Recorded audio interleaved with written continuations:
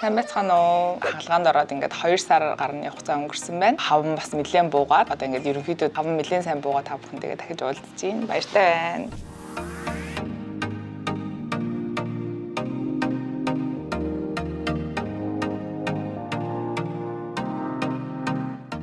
Амаг анхцаа гэдэг ирсэн одоо Солонгос дээрээ 5 жил болж байгаа. Грейсийн найз. Миний хамгийн сайн найз. Манай ээж болохоор айгүй өндөр хамартай. Болохоор юм алга нүдтэй хүн байсан баггүй. Тэгээд ингээд одоо ингээд би болохоор яг ингээд байхгүйг нь авцсан. Тэгээ бүр багасаа ярьдаг байсан шүү дээ.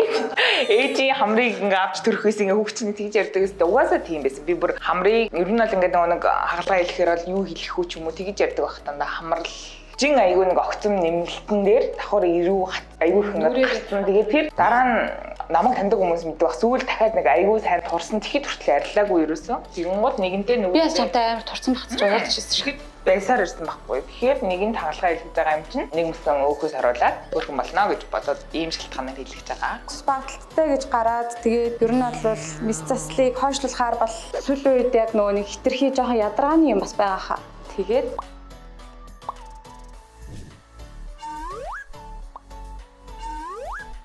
хамрын хагалгаа болон өөх саруулах хагалгааны өмнө болохоор мейкап хийх болгондоо нөгөө нэг хамраа өндөрлөдөг юм асуудалтай байсан.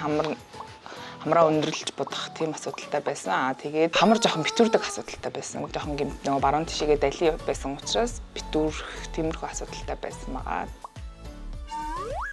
Хагалгааны өмнө болохоор Instagram-ийн фильтр шиг тэр нь болохоор одоо байгаа гэхээс жоохон өндөр ч юм уу тийм байсан. Тэгээд яг одоо фильтртэй дараад яг энэнгүүрээ дарахсан. Энэ нь илүү натурал, энэ нь илүү гоё санагдаж байгаа. Тийм. Яг одоо нөгөө фильтр ашиглах шаардлагагүйгээр хамар өндөрлөдөг. Тийм болохоор хүлээж эзэн үр дүн дахиад нугалцсан тийм сайн үзэлтэй байгаа. Хамгийн түрүүнд зураг дараалахад дээр хамгийн түрүүнд үр дүн маань мэдэгдэж байгаа. Амьсгалахт хамар одоо нөгөө нэг би болохоор ингээд доошоо орчин лөө ч юм уу те одоо нөгөө нэг би нэг давхар руу ороход ингээд шууд толгой жоохон удаан байхаар толгой өвддөг байсан тийм талтай байсан те хаалгааны дараа болохоор ямар ч тийм зовир байхгүй болоод тэрэн дээр шууд мэдчихэж байгаа. Өөх суулгалт болохоор 90-2 айгүй хөөрхөн тийм нөгөө нэг юм игдүүтэй тийм царайтай болгож гисэн тий. Бүр ингээд юм жоохон хүчиг царайтай болгож гисэн гэх юм уу тийм байгаа. Ямар нэгэн өвчин зовир бол ерөөсөө байдаггүй юм билээ шүү дээ. Одоо ингээд ямар нэгэн байдлаар юм хийцэн чи өвдөх та ч юм уу тийм бодож ерөөсөө өвчин зовир байгаагүй зүгээр л нэг тариал болцсон юм шиг тиймэрхүү л мэдрэмж төрсөн тийм. Ийм болох байсан юм бол эртгүй хийхгүй яасан гэсэн. Яг үнэндээ тэгсэн тийм тэгээд нөгөө нэг эхний 7 хоног жоохон бинттэй явдсан шүү дээ хамарны дээр ч юм уу те. Тэрийг харахаараа хүмүүс одоо яг өвдөд байгаа юу дотор нь яг өвчнөтэй юм янгинжинөө ч юм уу тийм юмнууд амар их асуудаг. Тэгээд тэрнээс болоод нөгөө нэг хүмүүс амар их айгаад одоо ингээд 7 хоног шахуу өвчтэй яваад энэ гэсэн бодолтой байд юм шиг санагдсан. Яг сарын дараа ч юм уу те ингээд одоо яг суугаад ирэн эртхэн хилэгж идэг байжтэй те ч юм уу тийм юм амар их сонссон. Жинхнээс илүү айнаас нээзэгээ уучлаарай. Жинхнээсээ харчаад тухны нөгөө өмнө манай найз охин Грейс болохоор тухыг нэг тийм тухны өөх сулгалтыг бас нэг анзаарч бодож байгаа гэсэн. Тэгээд миний зургуудыг харах болгондоо одоо өөх сулгамаар байна гэж байгаа. Тэгээд хамар болохоор чи юу надаас гоё болоод байна штэ гэж хэлж байгаа яг жинхнээрээ болохоор тийм.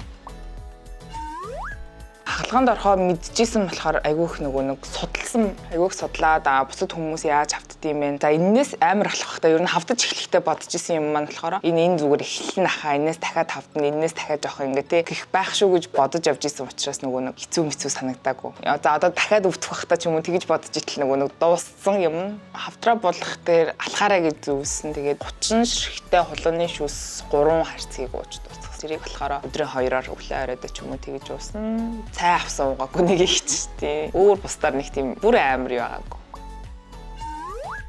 Нанагаас айгу олон юм нэлгээс бас зөвлөгөө авч үзчихсэн. Бас хаалгаанд орсон байсан хүмүүсийг яг ингээд гурдаас нь харах ч юм уу тий. Яагаад нанаг сонгосон ч юм уу тий. Иймэрхүү асуулт асуудаг. Тэгээд энэ дээр болохоор эмч бодлон орчуулагчийн хэлсэн үг нь айгу тийм сонгох шалтгаан бас болсон байгаа. Тэрний юу вэ гэхээр чи хин нэгний одоо тийм амар таалагдсан зураг авчраад би яг энийг хийгээд өгч юм уу тий. Яг ийм бол яг үл ингээд боломжгүй. Тэгэхээр өөрчлөн байгаа өгөгдөл дээр л ингээд эмч хамгийн сайнараа ингээд ажиллана. Эхний удаад болохоор би жоохон хугацаа маань болохгүй цаг маань ажил маань болохгүйсэн болохоор нэлээд нөгөө зураг явуулж исэн. Тэгсэн чинь эмч харчаад тийж байгаа байхгүй юу. Хар зурнаас ингээд жоохон ботсноос өөр штэ гэж байгаа байхгүй. Тэгэхээр нөгөө нэг онлайнаар зөвлөгөө ирж уулзаарай гэдэг байгаа чи яг л те нөгөө эмч яг харж зөвлөгөө өгөх гээд байгаа. Тэнгууд хүмүүс болохоор өөртөө хагалгаар нэг удаа хийх гэж те эмнэлэг дээр очихгүй чатаар хөчгөлтөө ч юм уу те зургаар ингээ хариу хөчгөлтөө гэдэг. Ирж уулзсан хамгийн шууд ирж уулзсан зөв болсон. Тэгээд эмч маань бас амар чадвартай эмч. Үнэхээр их баярлж байгаа. Энэ эмчийг бас энэ эмчтэр хаалгаа илгэсэндээ амар их баярлж байгаа.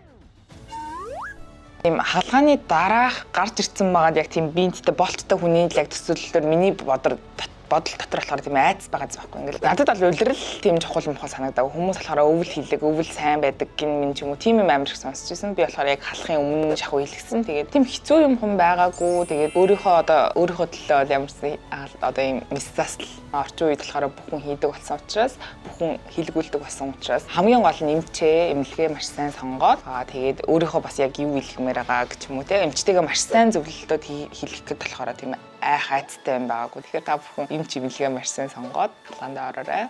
За миний бичлэгийг үзсэн та бүхэндээ баярлалаа. Тэгээд дараа уулзцгаая баяртай.